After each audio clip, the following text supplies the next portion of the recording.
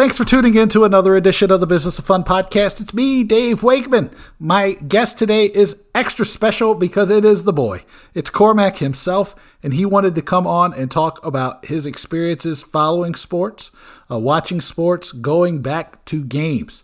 I thought it was a pretty good conversation, really. He's a good kid, and he provided some really interesting insights into the psychology of elementary school, middle school boys right now, as far as like why they like stuff or why they don't like stuff. Cormac talks about the attraction of some of the foreign leagues he follows. He goes into depth about, why kids, him and his friends either follow baseball or don't. He talks a little about the NFL, the NBA. He gets into it a lot about the Capitals and why he loves the NHL. This is pretty interesting. I tell you all the time to spend some time talking to your customers or like the people you want to attract. So Cormac has been begging me because Wednesdays are his days for asynchronous learning, which means he's only online for a half day. So he was like, "Oh, I want to come do the podcast." And before I've tried to do this with him and he didn't want to talk. Today he talked a lot, so that's great. So I thought this would be interesting for you to listen to. Kind of amusing for him. So if it's not your thing, forgive me, but it's my podcast. So here's a conversation with me and Cormac. Cormac also wanted to talk about my friends and the people who have supported me, and I cut that because he didn't do it as well as he should have. But that's okay. Make sure you check out my friends at Booking Protect. Simon, Kat, Kath, the whole team. Simon tells me that refund protection uptake is up about double what it was before the pandemic. That tells me specifically that people are looking for security when they are making their purchases now. Don't miss the opportunity to have people buy their tickets because they don't have some sort of refund protection or your policies aren't updated. Check out bookingprotect.com and see how you can offer refund protection to your customers. Make sure you get the worksheet that I put together with Eventellect around Net Promoter Score. I've done a couple blog posts, a couple things around Net Promoter Score. I'm going to do a case study on the podcast in the next couple days. That'll be good. But the Net Promoter Score is a really great statistic to measure to see where your business stands in your customer's point of view. We put together a worksheet. It's 3 or 4 pages long. It tells you what it is, why it matters. It puts it in context so that you can understand what the score means. And it gives you the tools that you need to do one yourself. You can really set up an NPS survey in about 15 minutes. For the Talking Tickets newsletter, I've got a 67 now. It's up from a 53. And in the time it has been growing from 53 to 67, I probably have grown the list size about 10 or 15%. I think it's 12.5%, 13%. So tracking your NPS score over time can tell you whether or not things are growing or not. Make sure you check out the friends at Activity Stream. They have a new web presence. They just launched the Activate email marketing platform, activitystream.com. They're doing some tremendous stuff that'll help you use data more effectively, turn those insights and data into actionable, magical moments like Martin and I talk about all the time. It's great. Get the newsletter, Talking Tickets, talkingtickets.substack.com. Oh, so here comes Cormac. Hey, I want to welcome my son, the boy, Cormac, to the Business of Fun podcast. Cormac, how are you? I'm good. How about you?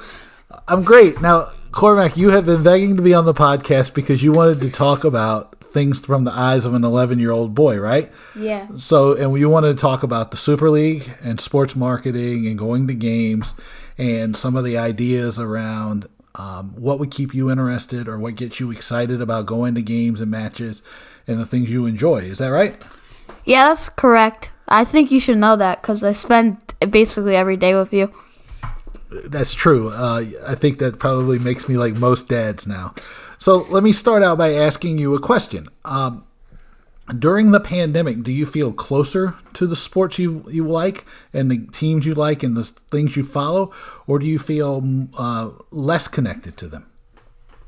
Well, just in like the case of like the Premier League, it's not especially like my team. it's like the whole league. Because you're at home like half the time of the day. And there's so many games to offer during the course of the day. So, like, I've been watching, like, a lot of, like, Man City games. Different clubs, not just Tottenham. But before the pandemic, I may have just watched Tottenham games. And then maybe, like, a different game here and there. So how has that impacted your fandom of Tottenham, but also your fandom of soccer in general? What do you think's happened? Well, Tottenham's still my club either way. Okay. But I'm starting to, like, watch it more and learn the game a bit more, which is good to see. Yeah. And what about other sports? Like, how do you feel about baseball, basketball, football? You know, where do those things rank now, and where do you think they were before you went to we started the pandemic? Well, I don't think they're as high as they were now, because, like I said, like you're at home at night, like a lot, and that's when a lot of the American sports happen. So it's like when there's nothing on TV, you just pop on a game, and it's good to watch, and it's just it may not be always particularly fun after the pandemic, but during the pandemic, when you're at home and stuff, it's fun to watch. Yeah. And what about the games that you've seen during the pandemic? What have what have you liked about them? They're not like as good as I would like them to be. Probably because why is that? Because of like there's no fans, right? And the fans, if you look at like the statistics, there's a lot. When the fans are there, your team tends to do better. If say like you're 1-0 down, if your fans are really cheering and stuff, you usually get a goal, which helps your team out. But during the pandemic, when there's no fans, you've really known the difference, like with the players and like. Well, what do you mean? Like you can tell the difference? Like you can tell the difference, like if you can see the goal, like your players are down, like they're not as high as they would be because there's no fans. Okay. Well, because I don't know if you know this or not, but the statistics do show that the home field advantage has been basically eliminated from team sports because of there not being any fans. So that's like an interesting observation. What else about the presentation or new things about sports during the pandemic have you liked? Well, I like that the teams have been a bit more evened out. Okay. Because of, like, the money and stuff. Because a lot of teams... I don't like that teams are losing money. And I don't like that there's no fans. But it really shows, like, this team is good. Right. Even if they don't have money. Because, like, Tottenham, they've had to get loans from the government of England and all that type of stuff. Because they're, like, really... They're not in debt, but, like... Well, they built a new stadium. Yeah. And impacting their finances, Yeah, and the big stadium that they built, you would think they thought it would make them a lot of revenue, which it did for the seasons it was open, but right after it declined because there's no fans.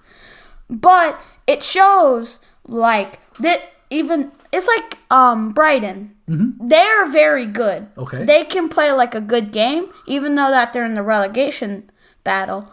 But they don't have a lot of money. But they're still very good. And Graham Potter, the manager of Brighton, he's one of the Tottenham, how do I say it? Candidates for the job. Candidates, yeah. Because he's coached that team really well with the players he has. Okay.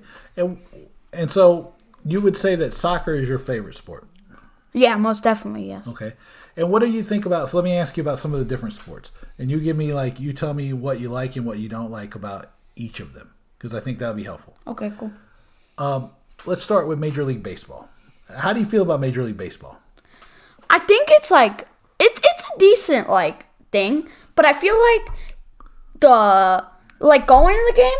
We went to a Nationals game like a couple weeks ago. It was a great experience. It was totally safe, and I enjoyed it. And it had like a lot of offense in that game. Yep. And it doesn't always have to be... A lot of runs that game. Yeah, a lot of runs. But it doesn't always have to be, like, all offense to make it fun. But when it's, like, foul balls, like, a lot of, like, foul balls, like, ground outs, that's not as fun to watch. But when either if it's like the pitcher's throwing a lot of strikeouts, there's being like a lot of hits, a lot of good plays, that's when it's fun to watch. So you like to see the ball in play. It's not so much if it's a hit or a home run. Yeah. It's just having the ball in play to let people make plays. Yeah. And you see like... Or strikeouts. Strikeouts are awesome. Strikeouts, yeah, because there's... Nowadays, it's like they either ground out or they like... Or it's like a walk. Okay. Because like a lot of strikes, they just foul. And when you go to the game, what do you like about going to the game, and what do you wish was done better? Well, what I like about going to the game is I think they do like a good experience, like job of making it like fun to go. Especially now with COVID, how like you haven't been back in the stadium. You kind of like miss the experience of not going to games. So then when you go back to the games, it's like fun to watch and stuff. But I feel like with Nationals, they gonna do a good job like selling the stuff, because like right when you walk in, there's like a big screen and there's like a shop right next to there, and then there's like a bunch of concession stands and stuff. And I feel like that's what it is with a lot of stadiums. But they don't, what I feel like, this is when I get into the marketing, they don't sell the idea of like coming to the games as well as they should. So you think that they could do a better job of teaching you about, or letting people know how much fun it is? Yeah, because I feel like you can say like, oh, like just go online and like watch a video of like the stretches where like they sing the songs and stuff. That's like a good experience. Right. But it's like when it's, you gotta sell them on. Take me out to the ball game. Yeah, like stuff like that. You gotta sell them on like, let me go to this Nationals baseball game. Yeah. Or like this Mets or whatever team in your area that you support. It can even be minor league. Yeah. No. I understand. I guess what I want to ask you, since you're my study audience here, is, so you say do a better job. Do you feel like people just don't understand the game of baseball? Like your guys, right? Like at school, do like all of your buddies, like, do they watch a lot of baseball? Do they understand baseball? Are they like really kind of connected to baseball? Some kids in my school like really like baseball, but for kids who are like a bit in other sports, I'm not like a huge baseball junkie or anything, but like I'll watch a game or two. Like it's totally fine. But I feel like not a lot of people like want to watch baseball. Well, what would make you want to watch it?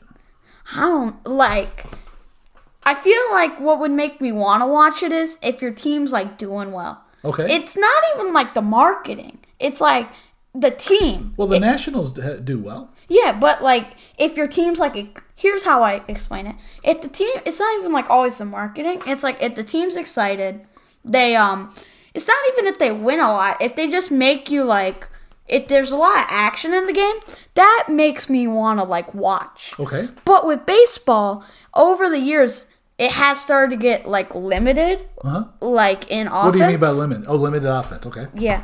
But that's why the MLB are making like so many changes and stuff. But I don't. What do you think about those changes? I don't think that's always good. I feel like with soccer, they haven't made like a lot of changes to the game. They made like the VAR, right, which is not the best thing ever. Well, let me ask you this too, because this is one of those things about the Super League, right? Not to jump away from baseball, because we can come back to that. Yeah. But when the Super League started, they were talking about like young kids not being that into the game, and I was going, that does not really reflect my reality of soccer at all, because like all the kids I know, they all seem to love soccer. Like I mean, every kid I seem to know is like a big soccer fan.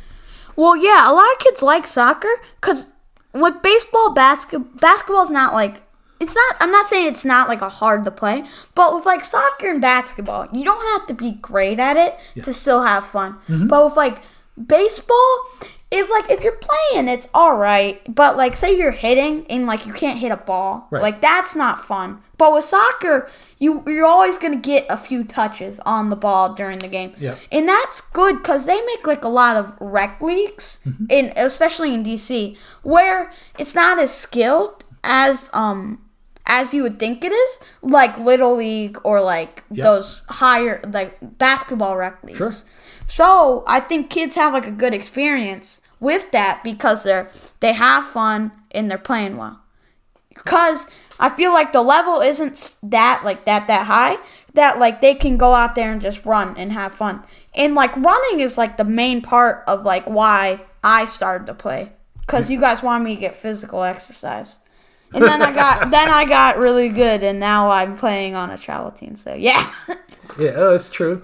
And so you feel like because basketball and soccer are easier for you to play as a kid and like be able to feel like you have a certain level of well, basketball, it's like you just like throw up a couple shots. It doesn't really matter your form. Yeah. If you're just like playing, like it's totally fine. So your ability to perform and play the sport impacts your ability to enjoy it. Yeah, that's what I was gonna say. But we play catch in the backyard. Yeah, with baseball. Yeah, baseball, like it's not the hardest sport ever, but it's like at bat, it's like hard. Oh yeah. But I feel like also that sport's a bit not boring, but like if you're like in a little league, especially when you're younger, it's more boring than like if you're like older. Right. I feel like then the level gets a bit better, which makes it a bit more fun. Like, what would make baseball more fun for kids earlier? Because if kids are not playing when they're like younger, right, and so they don't get introduced to the game, right? How would you introduce somebody to the game? Like, how would you do it? Like, what would make you get involved in baseball? I would play, but I don't exactly have the time to do that. Yeah. But I feel like, because I'm like I like sports and stuff. Yeah. But for people who just want to play like a rec sport to get exercise or something like that, that's not one of the sports you want to do. Right. Because it's a lot of standing around and stuff like that. And I feel like with a lot of like leagues, like for our rec team, it's like very level playing field. Everybody's pretty good. Yeah. But for like baseball, you can see some kids who can't even hit. Right. So like some kids who are hitting homers, triples, doubles. Yep. Every single pitch. Which I feel like that's not as good for like competitiveness and fun. Okay. And having fun. But like you saw the game we had this last weekend, like, or whatever. You know what I mean? That game was like competitive and it came down the wire. And I think everybody, each ways enjoyed it, even though we won and they lost. But I feel like both teams really enjoyed playing that game. Yeah. Okay. So let me ask you some more things then about just like going to games and watching games and what keeps you involved. How do you feel about football? Football? Yeah. Football, I feel like I'm not trying to be like that, but like on these like major sports channels, they put so much NFL on it. It's hard not to like they put so much like American sports on it. It's hard not to like, you know what I mean, get into it. And with football, like I'll watch like a game or two of NFL. Like I'll like the playoffs. Yeah. Because that's like really competitive and stuff. But during the regular season, I don't really watch. Okay. Because that's not like fun to me. Why not? Because it's not as competitive. I don't think it's not that teams don't care. The games aren't as exciting to watch as in the playoffs. Because a lot of the playoff games, they're like close. Yeah. Okay. And come down the wire. But with college football, I'm not saying this just because I'm an Alabama fan. Right. But I feel like it wasn't that good this year. Okay. But usually it's a bit more like funner to watch than NFL. Well, why do you think it wasn't as fun this year? Probably because like of COVID and like they just put the kids in a bad situation. Okay. And it was kind of like they're not forcing them to play, but like so much people were getting COVID and stuff. It wasn't really like that good. And then like in the national championship game, Alabama like destroyed Ohio State. Right. Now, you say this thing about like putting the kids in a bad spot and like so many people getting COVID. Is that something that you feel like your mom and I were like really like pushing down on you, or do you think we were just like we weren't like were we like doom and gloom and fear about COVID, or do you think we have been like sort of like reasonable about the whole thing, and measured, or how do you think? Because when you say that, you know, I think it's important to tell people like how you came to that, because you know, is it like something that like we drummed into you, or like you come up to that decision on your own? Not that you guys jumped into it to me, but like I think a lot of people have been watching local news channels and stuff, and like especially with like the vaccine coming out now and stuff, and like people don't have to wear, not like you shouldn't wear the mask, but for BBC said like no mask for like vaccinate people. Right, the CDC, yeah. CDC. With, right? Yeah, that's right. In, like, small groups. Which, I think that's true, because it's, like, the science. Yeah. But that, just because somebody says that, doesn't mean you shouldn't wear the mask Right. and stuff. But with what I feel like, anything, like, outside or something, that's totally safe. Like, I feel like that's totally fine. But it's, like, hockey, indoor hockey, like, stuff like that. That's not as safe as, like, the outdoor sports. Yeah. Well, you brought up hockey too, and let me ask you this because you're a big hockey fan. You're a pretty. I would call you a fairly big hockey fan. I like hockey in the playoffs a bit more than the regular season. Yeah, but you love to go to the Capitals games, right? Yeah, because they're always good, and then Right. What's drawing you to hockey? Well, Because I didn't grow up with hockey, right? We didn't have a team until I was graduating high school in Fort Lauderdale. that's Panthers, right? Panthers. Yeah, the Panthers. Yeah. Not. But you're a big Capitals fan. But I feel like what's drawn me in the Capitals is in DC.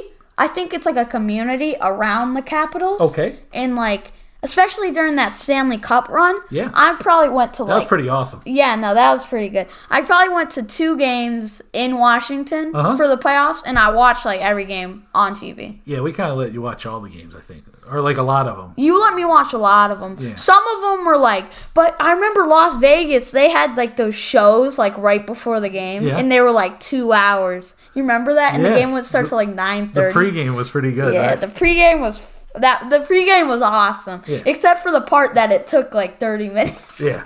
So why do you like hockey though? What is it about hockey that makes I don't know. I feel like hockey, like this community you said. But what else?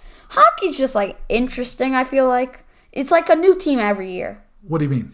I think a lot of times in hockey they have to like move the teams around, so there's always like a new like team every. Oh, they've been adding teams. So like there's the Las Vegas Golden Knights. Yeah, and then like the Seattle players. Kraken. They're going to start. There'll be a new team in Seattle. Well, that's good, but all I'm saying is also like the players, like Braden Holtby left, like this new guy Chara came. Like I didn't know that till I started watching for the new season. So the player movement doesn't bother you as much No, you like to learn about the new guys. Yeah. Okay. In the new, it spices things up a bit. Okay. And I feel like, especially during the playoffs, we went to the parade, right? Yeah, we did. And that was like fun. Like everybody there was like having a good time and stuff. And I feel like it was just like fun to go and fun to watch the games, especially when you're like winning and your team's doing well. And like the whole that's when like the whole like city was like really like high and cheery. Yeah, people like, pulled together. I felt for that. because the Cavs were doing like really well. Yeah. And like that was our first ever Stanley Cup, so like I just felt like it was fun to watch during that time period. It was pretty exciting, I thought. Yeah, because also like I went to a couple of games in the playoffs, and it was like packed. It was like no seats were left. Let me ask you about this, and then I'll have like maybe 2 more questions for you, and I'll let you get back to your schoolwork. So the first one is about the NBA. Tell me about like what are your impressions of the NBA, and tell me about what did you think of the Marvel game the other night? Okay, the NBA I like, especially during playoffs, like all these type of sports. Okay, but I feel like the NBA, it's good, but I feel like they need this. I think this play-in tournament, it's good. I feel like the players don't like it as much, but for like lower teams, it spices it up a bit more. Cause you know how in my opinion, it's like the favorites always win. Okay. And I feel like that's what makes it like not as fun as it could be. Cause there's not a lot of teams that are like bad, not bad, but like 7 or 6 seeds who go on to win or are in the finals. So you like it when there's a little bit more. You like it when the games are a little bit more competitive. Yeah, because I feel like with the 1, 2, and 3 seeds, those are just powerhouse teams, and they always go to the second to last round or like last round, which it's not like that, but it's much harder for unfavored teams to win than, which makes it not as fun. But especially like with soccer and like the Champions League, some of these teams like Porto, like they're good, but they're like they made it to like they beat Juventus. Yeah. And So there's a little more like unexpected things can happen. Yeah. Okay. Pretty much. So then let me ask you. I have 2 more questions. So the first one. Yeah. Go ahead. Wait, can I just say something? Sure. Especially like the year 2020 when the Heat made it. Yeah. Everybody predicted the Lakers to win in like a 4-2, and that's exactly what happened. And it like the Lakers were just blowing them out. Not blowing them out, but like they would beat them by a fair margin. Right. When they won. And then like when the Heat won, it was like a close game. It came down to like right at the end, which made it more exciting than the Lakers blowing the Heat out by 20 every game. Okay. So then let me ask you this. So two more questions, and then I will let you get back to stuff because you got to get ready for soccer practice, right? Yeah. Okay. So number 1, you've been to a lot of events, right? Yeah. People can't see you shaking your head. Yeah, I have been a few. I've been a few. Tell me what is like. Give me like a couple of your favorite things that you remember. Like, what was the most exciting things you've seen? Okay, so 3 events. Sure, 3 events. Three is good. Okay, 3 is a good number. Should I rank them 3 through 1? You can do that, yeah. Okay, number 3 was probably the Columbus versus Caps game because that was on my birthday, right? Okay, yeah. And that was like fun. Didn't the Capitals win in overtime? Yeah. Yeah. And that was like a good game because it was like playoffs, and then it was the third something. It was game. first round, yeah. First round, third game. But of it was the year series. they won the championship. Yeah. And like that was fun because it was like my birthday, and I feel like even if they didn't win, it still would have been fun because it was just fun to go to the game. Yep. Like I've been saying all this time, and it felt like everybody was like really excited. Like, oh, the Caps are in the playoffs. We could actually have a chance of this. You know what I mean? And everybody was like that in DC. Mm-hmm. And then just like going to see the game, like we played really well, and it was fun to watch. Yeah. And I had a good time. What about number 2? Number 2. I think I know what number 1 is. Yeah. You should know what number 1 is. I think number 2 was probably the Audi Field game. The Audi Field game, huh? Okay. Because I think it was fun, especially because I met up with your friends and stuff. Yeah. After the game, and I felt like everybody loved. We went with Garrett, right? Yeah. We went with Garrett. And I remember when it was when Wayne Rooney was there, and I remember everybody loved him. Yeah. And I think he left because his wife didn't like DC. Right. I think it was a long way to be from a long way from home for him. Yeah. But it was like super fun because like back at that time, DC United were like good. Yeah. And they had like a lot of good players on their team. Yeah. And like Wayne Rooney was good. It was just a fun experience to go, especially like walking up that trail. And I think that was like the first year it was open. Okay. And that was like one of the first games in it. And it was it was fun to watch. Yeah, It was good. And then it wasn't even a game. It was just like going to the game, going to the gift shop. You know what I mean? Yeah. Just getting some food. That was like a fun part, especially like seeing the stadium. Yeah. Like that's not a small stadium. Right. Especially for MLS, that's like a good size. Yeah. Number 1 is obviously Tottenham versus Chelsea. Yeah. That was in London, like way before it was like awesome in London. And then the game kind of topped it off. Because Tottenham, they won 3-1. Yep. We were sending 3-0. 3-0. Not 3-1. It was 3-1? They scored a goal in like the 90-something minute. A constellation. A consolation goal, okay. Yeah. It was 3-1. Uh-huh. We were sitting next to like this diehard Tottenham fan. Yeah. Another one. Mm-hmm. And she was like crazy. She was crazy. But in a good way. Yeah, in a good way. Like it was like a good way. It wasn't like a bad way. It was just like a passionate fan kind of way. Uh-huh. Then I remember sitting like right on the halfway line. Uh-huh. And it was just fun because those guys were huge. Yeah. I remember like they were huge. And like our 3 favorite players scored. Yep. And they all scored like really good goals. Yeah, they did. Yeah, and it was fun, man. And I remember just going there, getting fish and chips, getting a soda. The gift shop was not good because like they didn't have a gift shop. Yeah. It was just like a small place. Then my dad sold my keychain, but stole it, but it's all right. Okay. And so then let me ask you this, like, because it sounds to me, and I know partly this is my influence on you. But outside of American sports, what do you follow beside like international? Like what do you follow? What do you follow? What sports do you follow? Like, I watch a couple AFL games. Melbourne Demons. Listen, top of the league. Okay. Western Bulldogs. They lost. Gonna be the champs. That's all I'm gonna say. I also follow like every single like soccer leagues because like the beIN Sports they have like highlights and stuff, and that's like League One. It's not like La Liga League One. Those La Liga's fast paced. That's what I feel like. Okay. League One's not as good, but I feel like since PSG and like Lyon are in it, it's like they're like a fun team to watch. Okay. And they have so many superstars. PSG. Yep.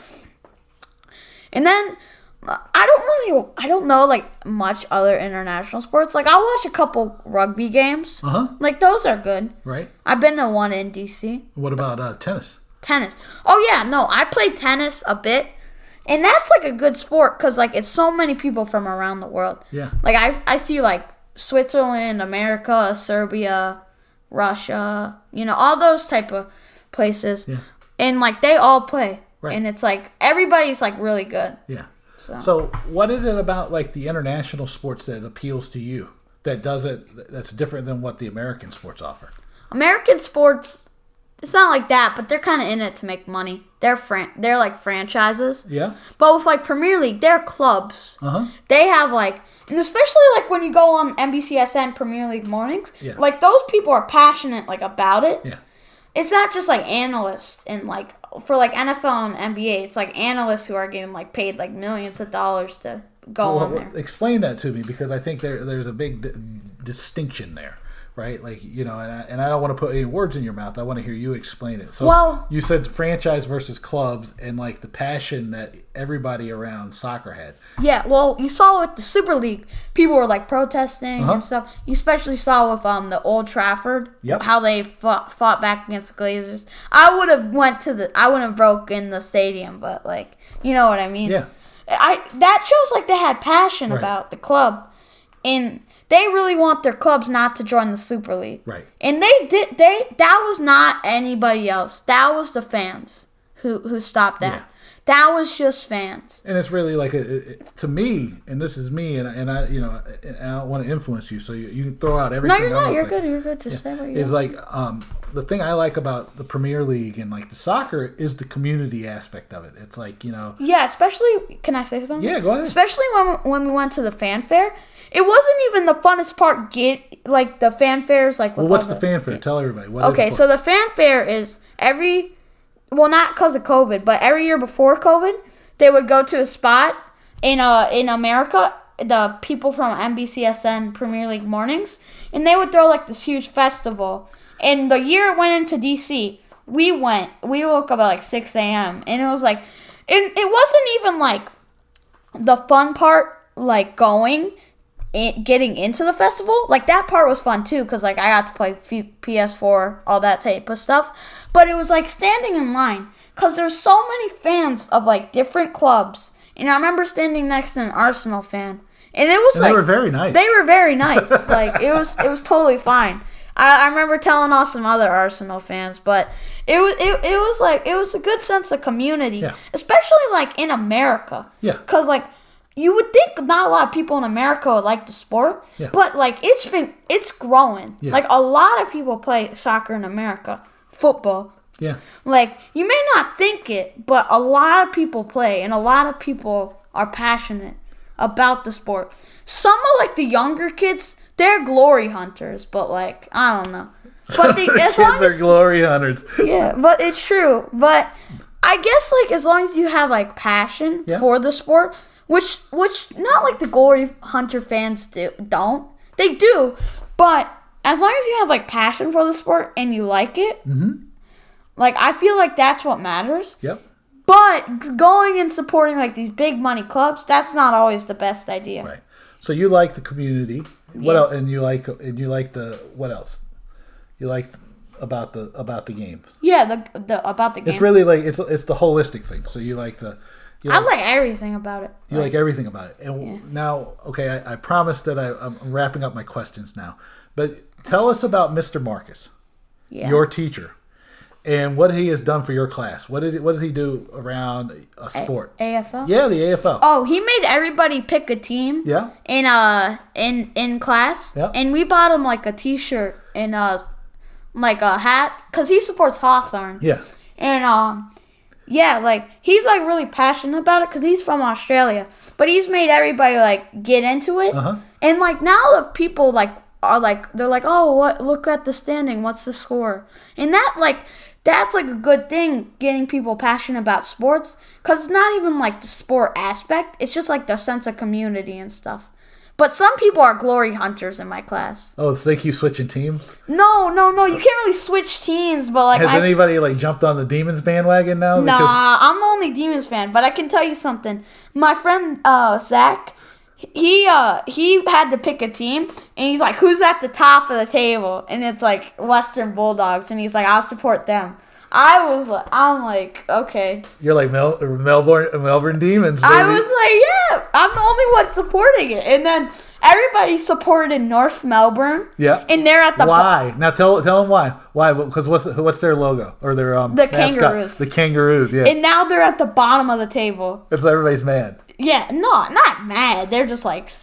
Our team stinks. Yeah, our team stinks. And I just support that club because I got like a jersey from them. A Guernsey. A Guernsey. My bad. It's called a Guernsey. My bad. It's a Guernsey. Yeah. And it like, that's like mainly why I did that.